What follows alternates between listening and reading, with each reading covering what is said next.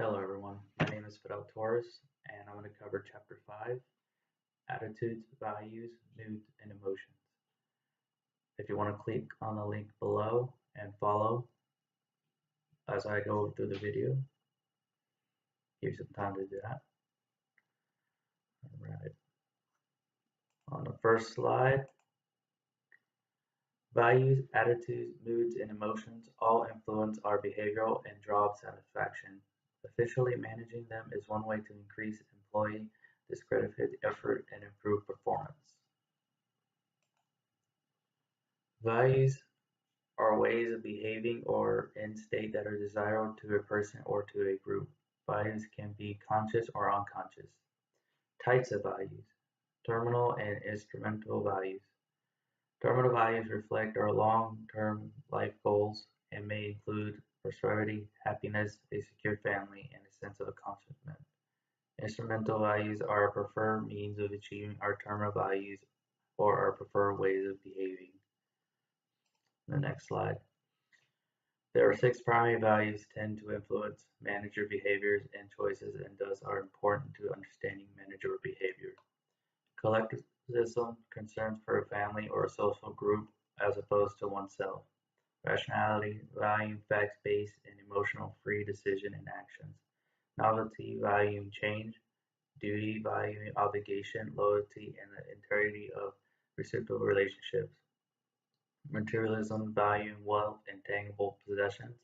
Power, valuing control of situation and other people. On the next slide, intrinsic and extrinsic work values. Intrinsic work values relate to work itself. Extrinsic work values relate to the outcome of doing the work. Here is a small graph of demonstrating the differences.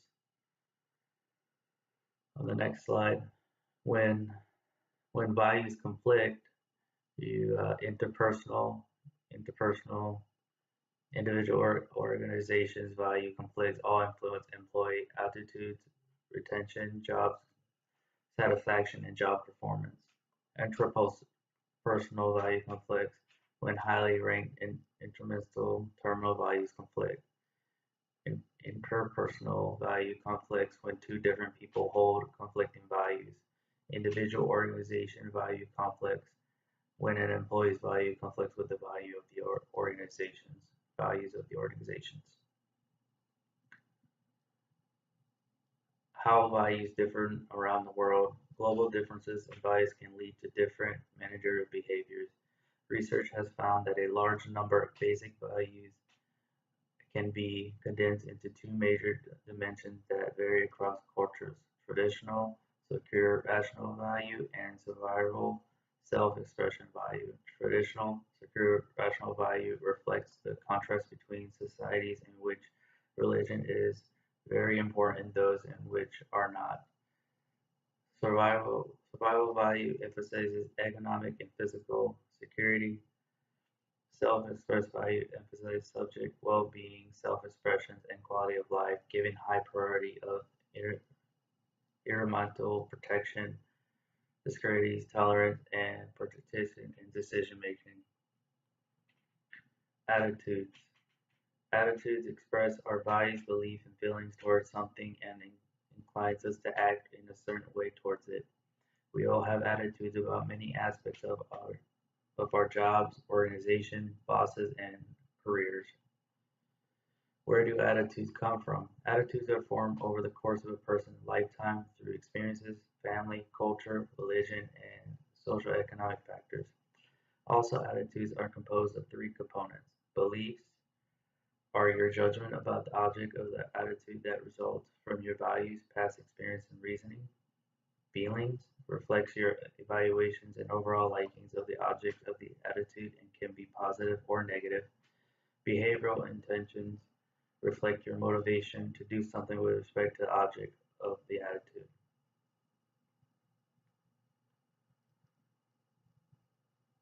Contingent dissonance are incompatibility between behavior and an attitude or between 2 different attitudes. Often exist for dealing with contingent dissonance. You can change your behavior. You can reduce the felt decisions. You can change your attitude. You can seek additional information. Your choice of whether or not to try to reduce feelings of conjoint dissonance is affected by your perception of the importance of the element that can create the dissonance, the amount of influence you feel you have over these elements, the rewards involved in the dissonance. What attitudes are the most important for organizations? Job satisfaction reflects our attitudes and feelings about the job. Satisfied employees also benefit organizations because job satisfaction positively influences employees' attitudes and organization citizens' behavior, helping each other that benefit the organization but not formally rewarded or required.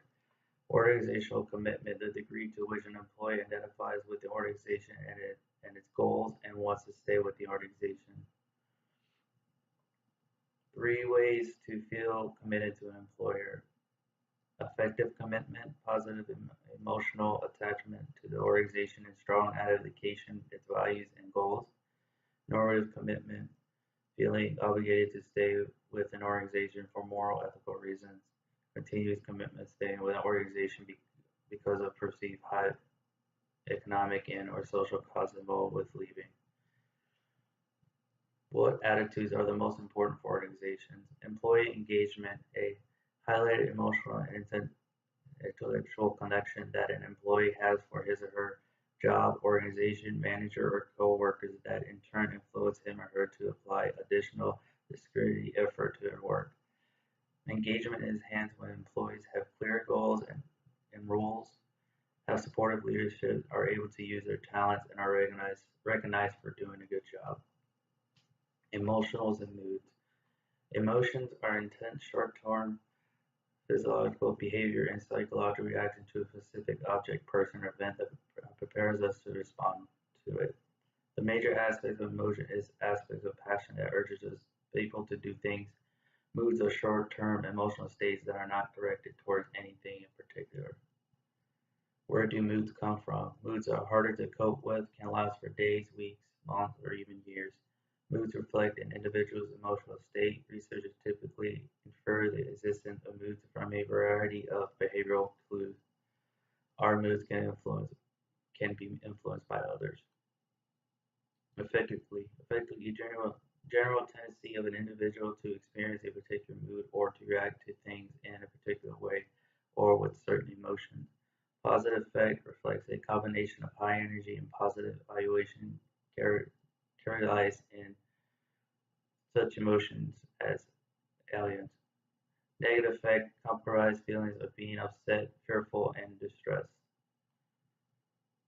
Why do emotions matter? Sustaining positive emotional states in employees can positively impact a company's bottom line. Emotions affect productivity, creativity, and career success. Emotions also matter because they influence moods and behavior, including ethical behavior. Recent research suggests that emotions can both motivate and interfere with ethical behavior. Emotions can or concentrate an ability to interrupt our concentration and ability to get work done. Emotional contagion.